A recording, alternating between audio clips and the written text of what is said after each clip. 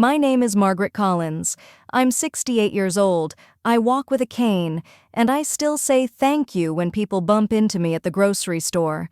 That's the kind of woman I've always been. Polite, quiet, trusting. And that was exactly why my own family thought they could destroy me. I used to live in a small blue house in Dayton, Ohio. Nothing fancy, but it was paid off.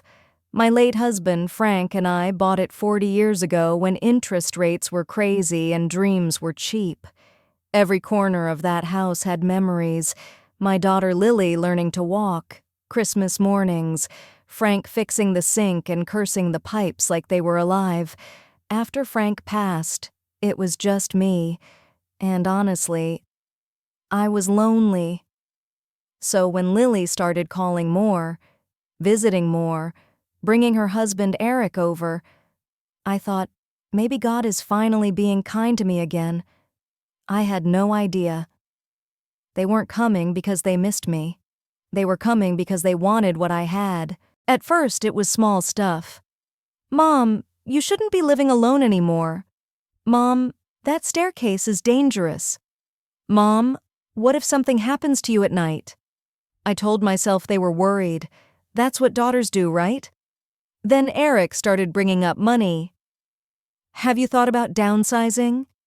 Housing market is crazy right now. You could live somewhere easier, safer. Still, I didn't think much of it. Until one afternoon, I overheard something I was never meant to hear. I was in the laundry room when Lily's phone rang in the kitchen. She answered it on speaker, not knowing I was home, and I heard Eric say, "She still hasn't signed anything?" Lily whispered, "Lower your voice, she might hear you." My heart stopped. Eric laughed. "She won't. She barely hears the TV." That was the first time I realized they didn't see me as a mother anymore. They saw me as an obstacle. A week later, Lily came over with pamphlets, nursing homes, assisted living facilities, places that smelled like bleach and loneliness. "Mom, look at these," she said, all sweet. "They have bingo nights and movie rooms." I looked at the photos of smiling seniors who clearly weren't smiling in real life. "I'm not ready for that," I said. Eric jumped in real quick. "It's not about being ready. It's about being responsible." Responsible, like I was a broken appliance they needed to move out of the way. I told them no. That night, I cried myself to sleep in my own bed, in my own house, feeling like I was already being erased. 2 months later, I went to the bank to ask about my property taxes. That's when the clerk looked at her screen and said something that made my whole body go cold. "Ma'am, this property was transferred last week." Transferred? I laughed because I thought she was joking. She turned the screen toward me. Owner, Lily Grant and Eric Grant, my daughter, my son-in-law. My hands started shaking. I whispered, "That's not possible. I didn't sign anything." The clerk got quiet. Then she said, "Ma'am, the documents are notarized." That's when I realized they didn't plan to move me out. They already did. Later, I found out everything.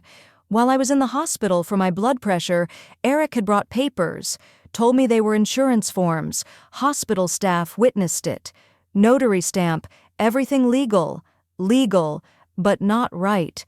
They stole my house, right out from under me. When I confronted Lily, she didn't even deny it.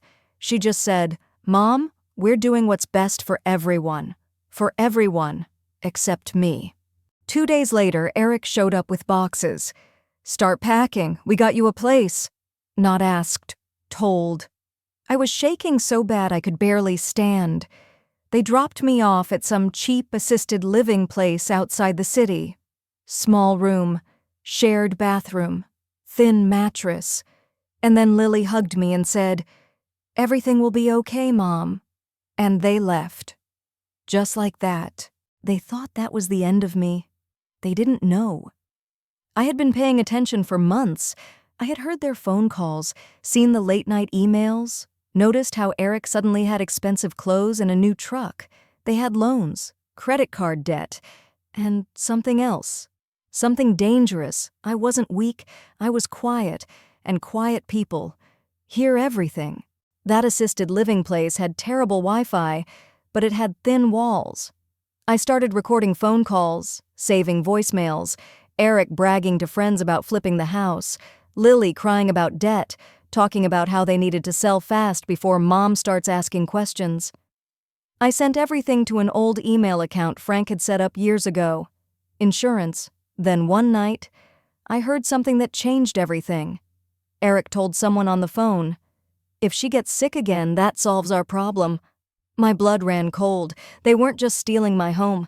They were waiting for me to die. That night, lying in that tiny bed, staring at a water-stained ceiling, I stopped crying. I stopped praying. And I started planning. If they wanted me gone, they were about to learn what happens when you underestimate an old woman who has nothing left to lose. Next morning, I called Lily. Soft voice, sweet tone. "I'm scared here," I said. "I want to come home." She hesitated. Then greed won. "Well, maybe for a little while." That's all I needed. When I walked back into that house, it didn't feel like mine anymore. New furniture, different curtains, locks changed, but they forgot one thing: the attic, and what Frank and I had hidden up there. While they were out celebrating some investment deal, I climbed into the attic. Old boxes, dust, and inside one metal trunk, property records, receipts, old bank documents, and something Eric definitely didn't want anyone to find: proof of illegal loans, fake signatures, tax fraud. Turns out, my son-in-law wasn't just greedy. He was desperate, and desperate men make stupid mistakes. That night, sitting in my old bedroom holding those papers, I finally understood something. They didn't just steal from me, they built their whole future on crimes. And now, I owned their secrets. And secrets are powerful. I sat there on my old bed holding those papers like they were gold bars, because to me, they were. Not just proof of fraud, proof that Eric's whole tough guy business image was fake. He wasn't rich, he was drowning, and people who are drowning will grab onto anything, even if it drags them down faster. I slid everything back into the trunk and locked it. Then I went downstairs and started acting scared again, weak, confused, exactly how they liked me. When Lily and Eric got home, I was sitting on the couch with a blanket on my shoulders. "Oh, thank God you're back," I said. "This place still doesn't feel like home anymore." Eric forced a smile. "We'll fix it up." Lily sat beside me. "Mom, you okay? You look tired." Perfect. They thought they were in control. They had no idea. I had already started taking it back. 2 days later, I followed Eric. Yeah, I know how that sounds, but when you're old, people stop noticing you. He met a man in a black SUV behind a closed diner. I stayed in my car, windows cracked, phone recording. I heard words like deadline, interest, don't test me. This wasn't just debt. This was dangerous money, loan shark money, and now my house was part of that deal. That night, I heard Lily crying in the bathroom, real crying, the kind that hurts. Eric snapped at her. "Tears won't fix this," she whispered. "We shouldn't have done this to my mom." My heart broke, but I stayed silent, because now wasn't the time for forgiveness. Now was the time for survival. Next day, I called someone I hadn't spoken to in years, Frank's old fishing buddy, Tom Reyes. Turns out Tom wasn't just retired. He used to work fraud cases for the county. When I told him everything, he went real quiet. Then he said, "Maggie, this is bad, but it's also exactly what cops look for." He told me to keep collecting, so I did. Every night I recorded arguments, every call Eric made in the garage, every sketchy visitor. I copied documents from his briefcase. I took photos of cash. By then, I wasn't just protecting myself. I was building a case. Then came the final betrayal. They listed my house, without telling me. I saw the listing online. Beautiful pictures, fresh paint, perfect family home. That's when I realized they were planning to dump me again. once the money cleared. I caught Lily alone in the kitchen. "Are you selling the house?" She froze. Then she broke. "I didn't want this, Mom, but he says we have no choice." No choice.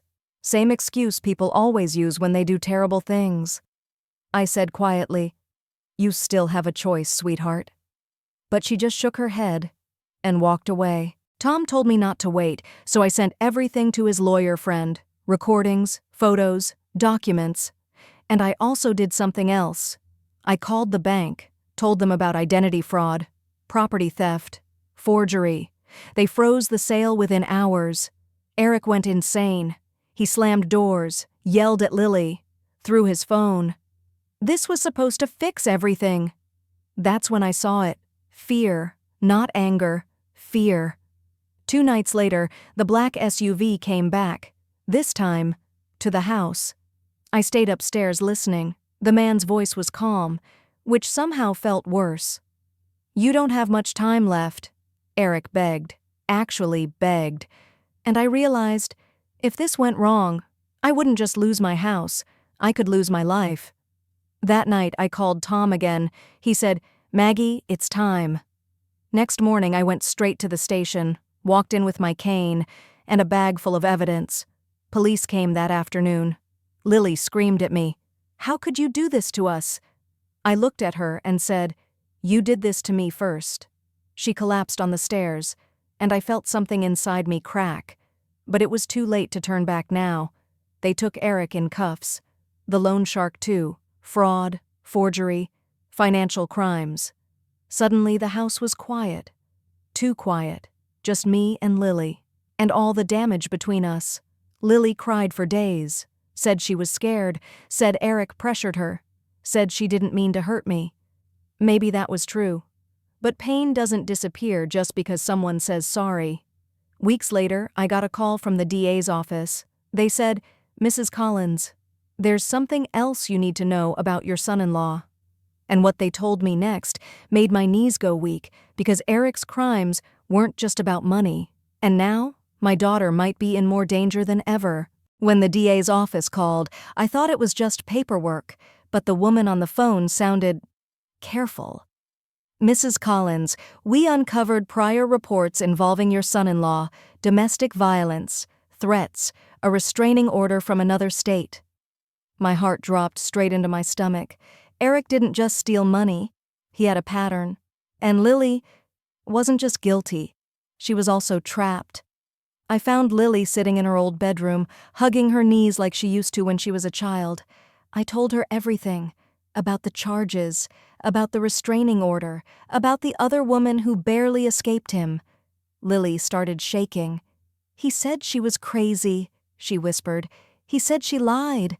That's what abusers always say. For the first time, I wasn't just angry. I was scared. Scared I had failed as a mother. Scared I didn't protect her when she needed me.